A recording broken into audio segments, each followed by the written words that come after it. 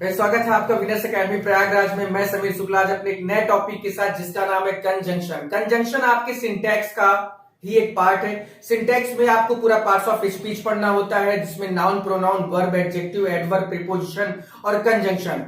पहले जो आपका ये नया जो सिलेबस आया इससे पूरे पार्ट्स ऑफ स्पीच से 6 क्वेश्चन आते थे जिनमें से आपको 4 सही करने होते थे, 2 उसमें ऑलरेडी सही होता था। लेकिन इस न्यू पैटर्न में 4 क्वेश्चन आपके आएंगे जिसमें आपको 2 सही करना है। तो अगर आप अपनी इंग्लिश को एक अच्छे लेवल पे लेके जाना चाहते हैं, ग्रामर को अपने एक अच्छे लेवल पे लेके जाना चाहते हैं, तो आपको ये टॉपिक बहुत ध्यान से पढ़ना होगा क्योंकि आज आपकी ग्रामर बहुत क्लियर होने वाली है। क्लियर क्या होने वाला है? क्योंकि बहुत सारे बच्चों को ये नहीं पता होता है कि बोथ के साथ उसका ज्वाइंट कंजंक्शन होता क्या है। ज्वाइंट कंजंक्शन दो और ऑल दो के साथ उसका ज्वाइंट कंजंक्शन क्या होता है। हार्डली, स्कैर्सली, बेयरली और रेयरली, इन जैसे शब्दों का कंजंक्शन आता क्या है। इन सभी चीजों को आपको जानना है। नॉट ओनली के साथ बट आल्सो आता है, एज वेल एज आता है। ये सारी चीजें अगर आप जान गए ना, आपकी इंग्लिश में भूचाल आएगा। इंग्लिश समझ जाएगी आपकी और आपको संभालना है, ये आपको तय करना है। इसलिए वीडियो को पूरा लास्ट तक देखना, लाइक करना, शेयर करना, सब्सक्राइब करना, कमेंट करके जरूर बताना कि ये वीडियो कैसा लगा। 2 नंबर की बात है। और आपको बता दूं कि ये वीडियो यहीं तक ये नहीं रहेगा। यानी आप सोचते हैं कि 12 तक आप पार्ट्स ऑफ स्पीच थोड़ा सा पढ़ ले तो काम हो जाएगा, कभी नहीं। आप SSC, bank, railway, NDA, CDS, air force, navy के बारे में अगर आप सोचते हैं और इसमें इंग्लिश आती है तो आपको इन सभी से पार पाना पड़ेगा। आज यहाँ पर लेवल आपका छोटा है, कल आपका लेवल बड़ा होगा। इसलिए मैं पूरे उस लेवल को लेके चलता हूं जो बड़ा हो चाहे छोटा हो। आपको यही आज की डेट से ही मैं आपके उस कंजंक्शन की प्रॉब्लम को सॉल्व कर दूंगा। तो इसलिए तैयार रहना, वीडियो पूरा लास्ट तक देखना जिससे बहुत इंटरेस्टिंग होगा। ठीक है, तो पहले कंजंक्शन की परिभाषा हम समझते हैं। कंजंक्शन को कहते क्या है हम लोग? संयोजक कहते हैं, यानी जोड़ने वाला वर्ड। जोड़ने वाले शब्द को क्या कहा जाता है? संयोजक यानी कंजंक्शन कहा जाता है। अब बात यहां पर आती है कि इसके जो परिभाषा होती है वो क्या होती है। तो a conjunction is a word which merely joins together. Conjunction एक ऐसा शब्द है जो अक्सर दो क्या जोड़ता है? 2 चीजों को जोड़ता है। और 2 चीजों में क्या है? सेंटेंसेस, समटाइम वर्ड्स, यानी 2 वाक्य को जोड़ने वाला तथा 2 शब्दों को जोड़ने वाला वाक्य या जो शब्द होता है उसे क्या कहते हैं? कंजंक्शन। 2 वाक्य को जोड़ना है और 2 शब्दों को जोड़ना है। वाक्य को कैसे जोड़ना है? जैसे he said that I am going, तो ही सेड आपका पहला सेंटेंस हुआ, दैट बीच में आया और आई एम गोइंग लिखा।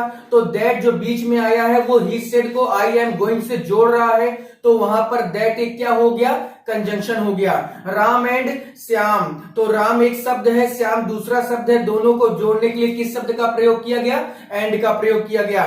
Not only Ram but also Shyam, तो नॉट ओनली एक कंजंक्शन है, उसका जो ज्वाइंट कंजंक्शन होता है वो होता है बट आल्सो। तो not only Ram but also Shyam. Both Ram and Shyam, तो बोथ के साथ एंड का प्रयोग होता है। 2 और 2 के साथ येट का प्रयोग होता है। हार्डली, स्कैर्सली, बेयरली के साथ व्हेन का प्रयोग होता है। इसलिए वीडियो बहुत जरूरी है, बहुत इंपॉर्टेंट है। दबा के शेयर करना और दबा के एकदम देख डालो, धुआं कर दो आज की इस डेट को, आज इसकी इस क्लास को, कि कंजंक्शन आज के बाद आपकी समस्या नहीं बनेगी। और मेरा वादा है बहुत अच्छी चीज पढ़ाने जा रहा हूं मैं आपको, इसलिए वीडियो पूरा लास्ट तक देखना। और इसकी हिंदी वाला जो यानी जो इसका परिभाषा इसकी हिंदी में क्या है कि कंजंक्शन उस शब्द को कहते हैं जो 2 वर्ड्स या सेंटेंस को जोड़ता है। मैंने आपको बताया कि अगर जैसे सेंटेंस लिखा गया कि I said that I am going, अगर ये सेंटेंस लिखा है तो दैट यहां पर क्या है भैया? कंजंक्शन है, जो आई सेड को आई एम गोइंग से जोड़ रहा है। क्लियर हुआ? इसके अलावा जैसे हमने लिखा राम एंड श्याम, तो भैया यहां पर राम एक सब्जेक्ट है या शब्द है, श्याम दूसरा शब्द है, और एंड क्या है? यहां पर एक पूरी तरह से कंजंक्शन का काम कर रहा है।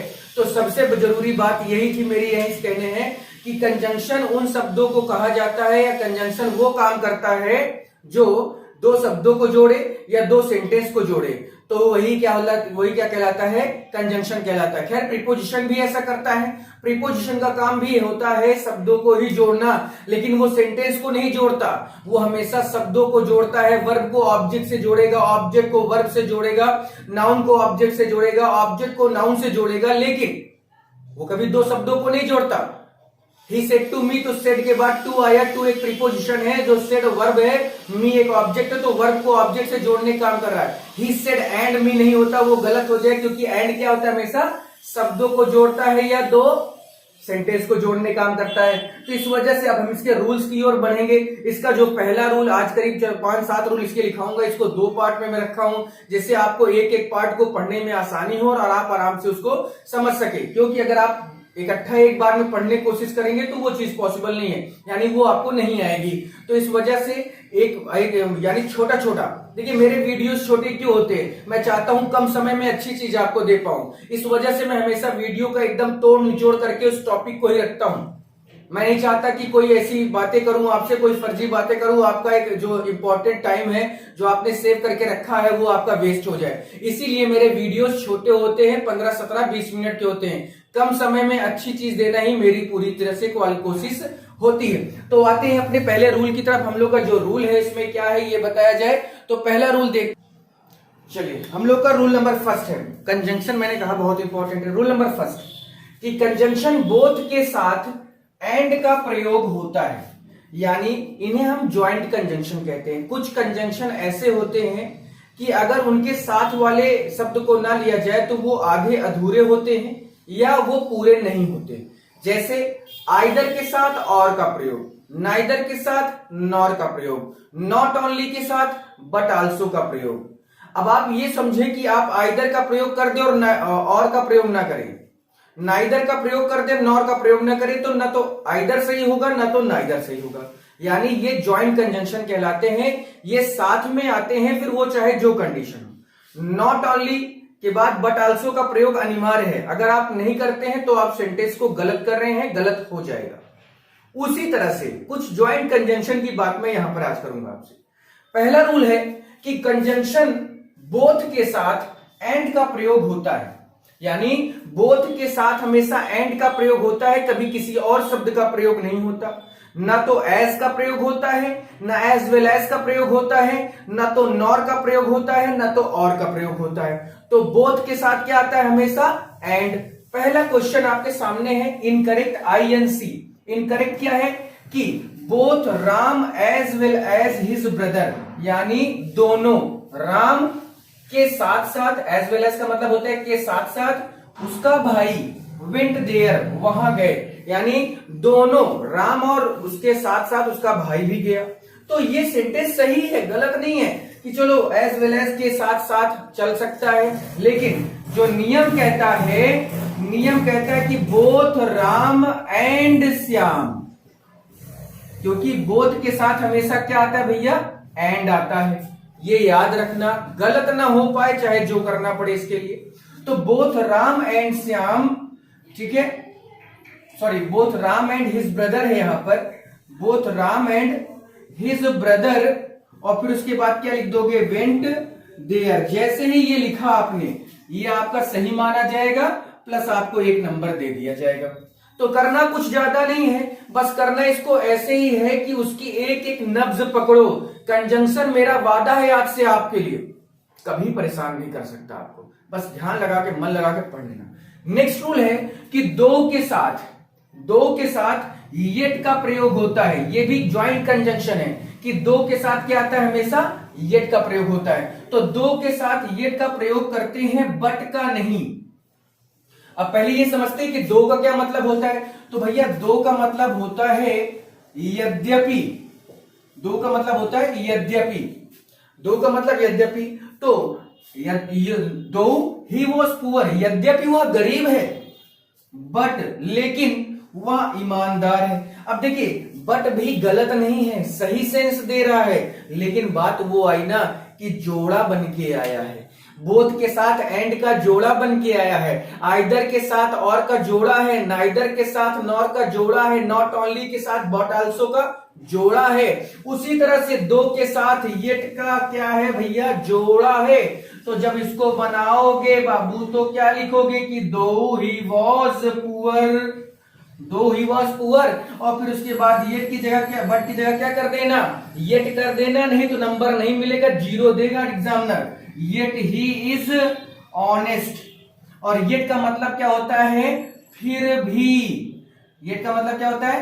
फिर भी, तब भी, उसके बाद भी, ये वर्ड आते हैं। ठीक है, तो मेरे कहने का मतलब आप समझ गए कि कुछ है ये। आप स्क्रीनशॉट इसका लेना चाहते हैं तो ले लें, उसके बाद हम लोग थोड़ा सा आगे बढ़ते हैं। देखिए होता क्या है कि कुछ इनसेपरेबल कंजंक्शंस होते हैं।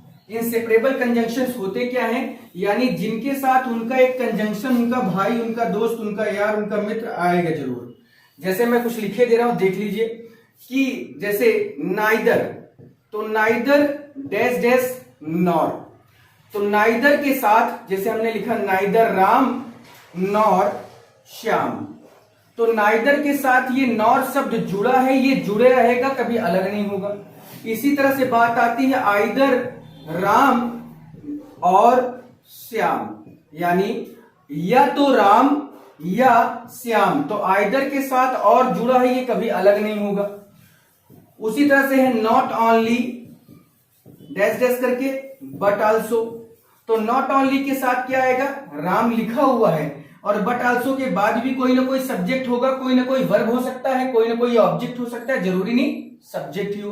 तो not only Ram but also Shyam, भैया हमने लिख दिया, हमने यहां पर श्याम लिख दिया।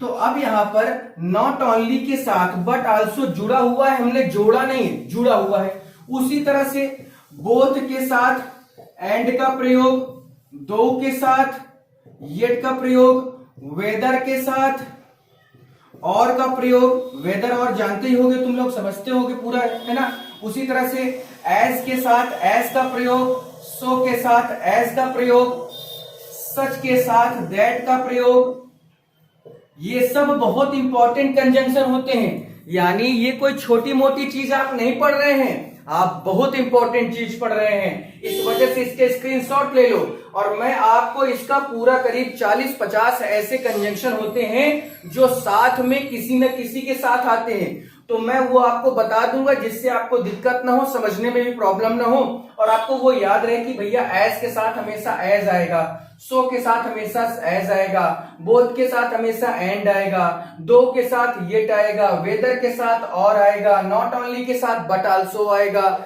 आइदर के साथ और आएगा, नाइदर के साथ नॉर आएगा।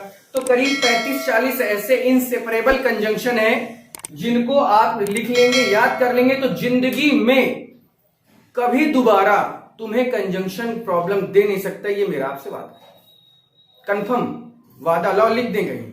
तो चलिए रूल नंबर 3 की ओर आगे बढ़ते हैं। रूल नंबर 3 हमारा क्या है वो देखते हैं। चलिए रूल नंबर 3 में आते हैं। रूल नंबर 3 के साथ भी कंडीशन कुछ ऐसी है कि वो ज्वाइंट कंजंक्शन वाले हैं।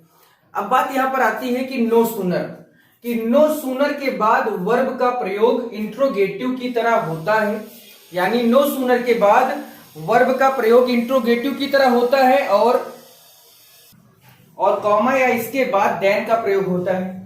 यानी कहने का मतलब है कि जब नो सूनर की बात आती है तो इसके साथ नो सूनर लिखने के बाद जो हमारा सेंटेंस होगा वो इंट्रोगेटिव की तरह होगा, प्लस जो कंजंक्शन होगा वो हमारा एज अ क्या यूज होगा? देन का होगा। तो देखिए no sooner I saw a lion, ये एक नॉर्मल सा सेंटेंस है। No sooner I saw a lion I ran away, ये एक सेंटेंस हमारा है। तो जैसे ही हमने इसको नो सूनर देखा तो नो सूनर के बाद जो सेंटेंस हमारा है आई सॉ ए लायन, तो ये वर्ब की सेकेंड फॉर्म है, यानी पास्ट इंडेफिनिट में जा रहा है, तो डिड हेल्पिंग वर्ब ले लो, आई लिख दो, और डिड के साथ वर्ब की फर्स्ट फॉर्म आती है, तो no sooner did I see a lion. अब इस कॉमा का ही मेन प्रयोग हो रहा है, यानी इसी जगह को हमें देखना है। तो इस जगह पर हमेशा कॉमा के स्थान पर हमेशा क्या रखोगे भैया?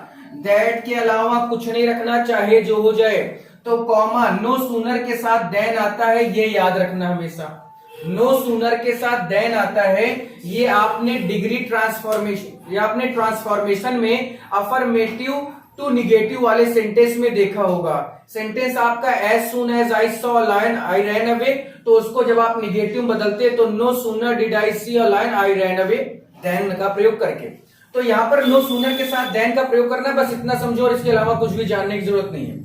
रूल नंबर 4 कहता है कि सच और सेम, सच और सेम के बाद हमेशा एज का प्रयोग होता है, यानी सच और सेम के साथ हमेशा क्या आता है? एज का प्रयोग होता है, ना कि हु, विच या दैट का, यानी जब सेंटेंस में सच आए या सेम आए तो इसके साथ हमेशा हम एज का प्रयोग करेंगे, कभी भी हु, विच या दैट का प्रयोग नहीं करेंगे, क्योंकि हु, विच और दैट तीनों का मतलब जो होता है या जो की होता है, और एज का मतलब तो होता है जैसे, लेकिन एज को यहां पर हम जो की के सेंस में दे रहे हैं। तो ये याद रखो बस कि सच और सेम अगर ये सेंटेंस में आते हैं और आगे इसके कंजंक्शन की बात हो रही है तो conjunction should be as, not who, which और दैट। क्लियर हुआ? अब एक सेंटेंस है कि I have such a book, मेरे पास एक ऐसी किताब है। सच का मतलब होता है एक ऐसा या एक प्रकार का या एक कुछ भी। तो I have such a book which you can find everywhere, यानी मेरे पास एक ऐसी किताब है जो तुम्हें हर जगह मिल सकती है। तो विच का मतलब जो आया। अब यहां पर बात ये समझनी है कि सच आया है और जैसे ही सच आया तो ये विच कंजंक्शन हटा देंगे, तो करेंगे क्या कि I have such a book और फिर विच की जगह क्या लिखना है, एज का प्रयोग करना है भैया, ये याद रखना। As you can find everywhere. हो गया, सेंटेंस आपका क्लियर हो गया। तो ये दो रूल अभी फिर से मिले आपको।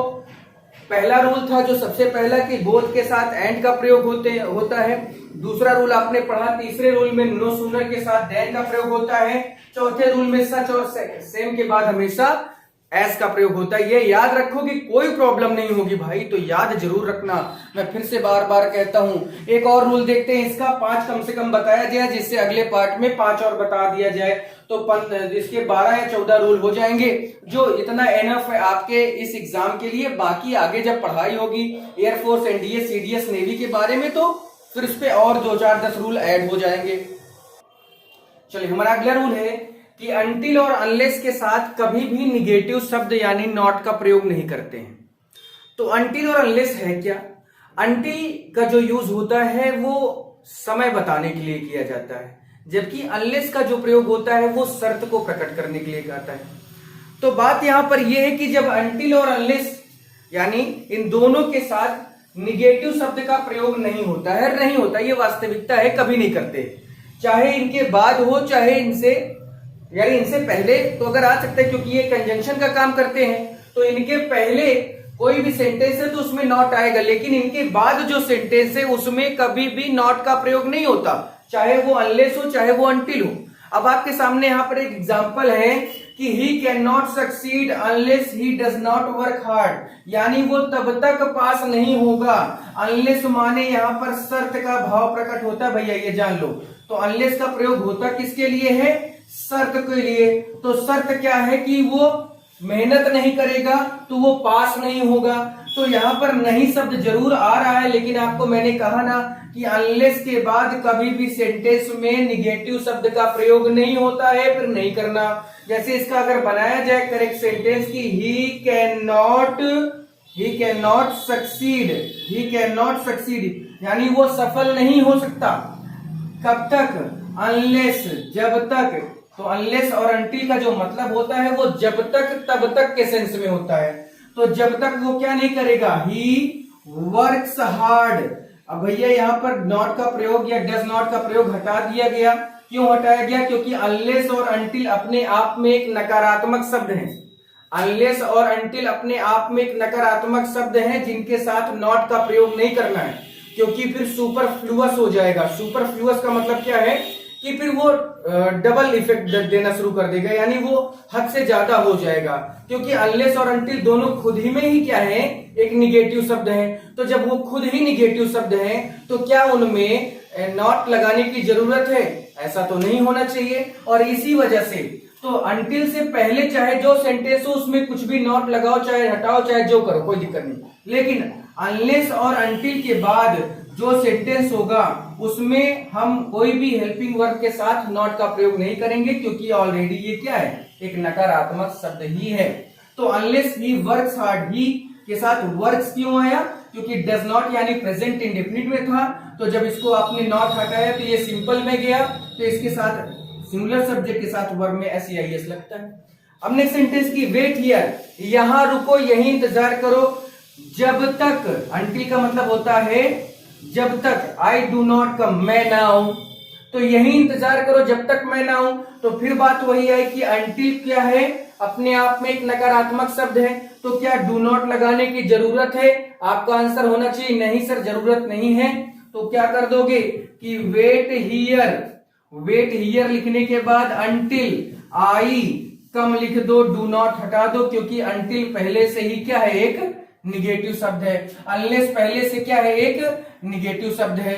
और अनलेस शर्त को बताता है, जबकि अनटिल क्या बताता है, समय का भाव प्रकट करने के लिए आता है। तो इस तरह से ये चीजें हैं। एक और मैं जाते जाते आपके लिए एक क्वेश्चन छोड़े दे रहा हूं, जो आप देखेंगे कि लिस्ट के साथ LEST, लिस्ट का मतलब होता है कहीं ऐसा ना हो कि, ऐसा ना हो कि, लिस्ट के साथ हम क्या कंडीशन रखते हैं, यानी लिस्ट के